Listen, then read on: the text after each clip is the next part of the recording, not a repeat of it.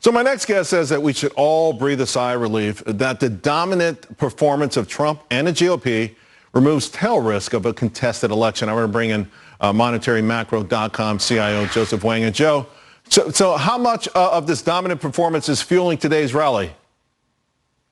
Hey, Charles. So as you know, today we're seeing a lot of positive sentiment in the markets. Now, looking across the price action, you see the dollar up, yields up, and of course, equities up. Now, part of this is, as you suggested, the market is breathing a sigh of relief. We didn't have a contested election. We didn't have a blue sweep, no taxes on unrealized capital gains. But part of it, I think, is tremendous optimism about the Trump agenda. Now, this whole price action looks very, very growth positive. And as we all know, and I think the market remembers, Trump was very good for the economy. We had low inflation, strong wage growth, strong economic growth, deregulation. So everything was really good. And I think the market and market participants remember how things were.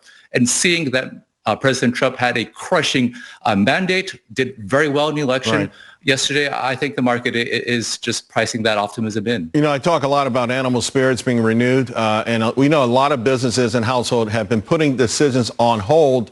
And you would expect those to start to flourish as well, right?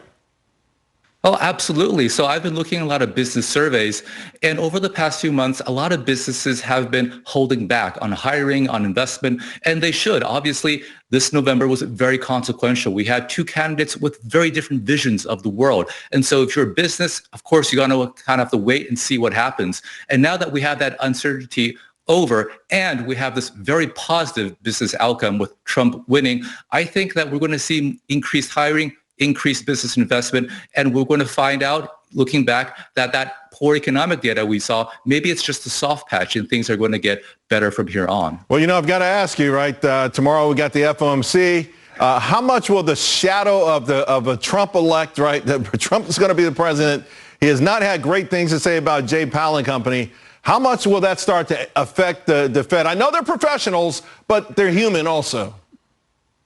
Oh, absolutely. And as we've talked about on your show before, you know, it's very clear that there are people at the Fed who don't really like President Trump. Now, I think a couple things could happen going forward. One is just that Trump leaves the Fed alone. The Fed does their job as they would have otherwise done. So we get a couple rate cuts this year and probably fewer next year, given that the economy is probably going to improve.